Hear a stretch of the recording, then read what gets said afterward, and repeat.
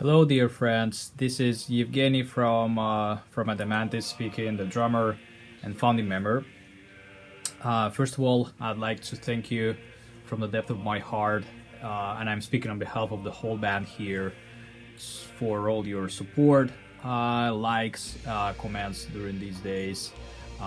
We read every single comment. We appreciate every single like, and your support is super important for us to keep us going, right? So thank you very much. And so said that, today I have a surprise for you. Some of you may know that I take lessons from Thomen The Omen Stauch, the drummer and founding member of Blind Guardian, and I decided to record some of our conversations, and which turned out into and it's a very interesting, a series of interesting interviews that I did with Thomen.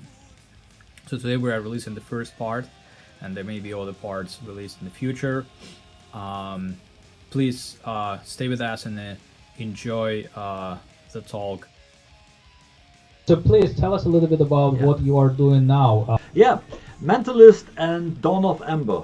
They are my two new power metal bands. Unfortunately, Dawn of Ember had to be delayed a little bit now. We wanted to get much faster forward with the stuff we are doing. But I really have to say that my plans to do that crossed a little bit, you know, and I really had to notice that it is not that easy as you sometimes think, you know, to do two power metal bands with a lot of attention, you know, at the same time. So I saw that things were suddenly going faster with Mentalist, and so I had to focus on that for the first. And now where the album is, more or less done, Moshe's from Space Lab mixing is now where you want to mix two with Adamantis, right? Yeah, exactly. You want to work I with them want too. to mention we're lucky, thanks to you, to Yeah. be able to send our own album there for mixing with Moshe. Really excited about that. He did a great job for the Mentalist album, really. He did a really great job. For me, I know a lot of mixes that Moshe did, but for me personally, I would say one of the best mixes I've ever heard from him. Really, what he did here for Mentalist now. He jumped over his own shadow. Really, it's incredible what he did there. Wow. Very, very good. Very clear and distinguished, you know, from the sound, from all the instruments. Very good. And still Can you tell us a unique, little bit? Sorry, I'm interrupting. Just thinking No problem. ahead. Can you tell us a little bit?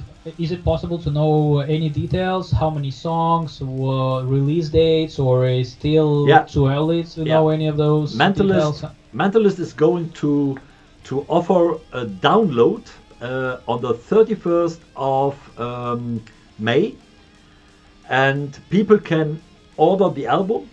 And since the printings of the physical CD is still not done, and we have to print the booklets and all that, you know, and we have to do some promotional arrangements and stuff like that, the album will be sent in a physical way 1.5 months later, more or less, you know. But still, people can buy the album already on the 31st on our web shop, on our Mentalist web page, you know, and they can download directly the completely album. And then there will be some options how they can buy the album later, you know, if they can buy it just as a physical CD, combined with a MP3 stick, you know, that USB stick where are MP3s and wave on it, you know, or both combined, or just the USB stick, you know, and will be cool with a band cover on it. Andreas Marshall will do the cover for the band, and we are really proud of that, you know. Yeah, he's a great artist. I love this work from He's the Andreas. best. Yeah, he's killer. Really. Yeah. I called him and I said, Andreas, would you like to do that? Then get in contact with Peter, please. He's the boss of the band, you know. You know that Peter's the founder of Mentalist, you know. And the guys come all from Saarbrücken, you know. And so Peter is a very successful AI IT technician, you know. He works for artificial intelligence, you know, and has more companies running, very successful, and he's since a lot of years already, he's a musician who always wanted to build up a band, but because of his job he didn't find the time, but he was still writing songs, and now we put all the stuff together, and then his friends from Saarbrücken, Kai Stringer, who used to play for Starchild as well, and I don't know what all the other bands he played before. I don't remember them now at the moment. But Florian Hertel, he plays for a progressive band in Saarbrücken as well. He's locally very well known, for his virtuous style, very on the point, with his bass guitar. Incredible guy, really. Totally calm down, totally relaxed, and they became so good friends of mine, It's incredible, really. We have regular chats, over Skype, where we meet, especially now during the Corona time, where we cannot meet in person, So having lots of fun, discussing all the stuff, Peter is always focused on that extremely, that everything runs fine. Yeah, and Rob Lundgren, he was well known for being a great singer on YouTube. He's a YouTube star. I don't want to say a YouTube star, but I think something like 180,000 subscribers or something is already pretty good nowadays. Yeah. And then me as ex-Blind Guardian, ex-Savage Circus drummer. The only thing I can tell you is that we recorded this with Moschus in a little studio in Krefeld, and Caravan Recording Studios. The owner of it is really a guy that I know already from old times, from Krefeld when we started with Blind Guardian, and his partner who works with him in the studio, also a good old friend of ours. And we had a great time there, yeah. And recording this, he has a really cool drum room that really for a good price really sounds amazing, yeah. And yeah, and that's why we really have decided to leave the drum recordings as they are. They just have plugins on it, effects, even outboard equipment like in old times, Moschus worked with in the mix. And the drums sound amazing, really. And usually, to get such a drum sound that is original, yeah, and it's not like, okay, let's trigger it and put samples on it, as all the bands do nowadays, most of them, yeah. I really hate that.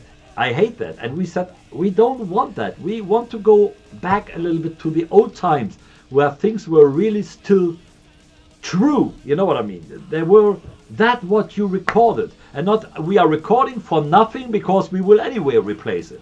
We don't want that, And Moschus knew that from the first day, and he's a drummer by his own. He's a very good drummer, He played for the band Avalon, who was a very progressive band, and they were pretty successful at that time, especially in the Netherlands and areas like that. Yeah, and he knew what I wanted. And he did a great job. He put, I think, on the snare and bass drums a little sample, but that's the own sample of the own shell. You know what I mean? It's sampled, and he just took in other frequencies, like 15 to 20% of that sampled bass drum or snare. Yeah. Anyway, I used his Yamaha custom snare during the recordings because it still sounds amazing, in the studio. And he sampled his own snare some years ago, and he still uses that sample because it sounds really amazing.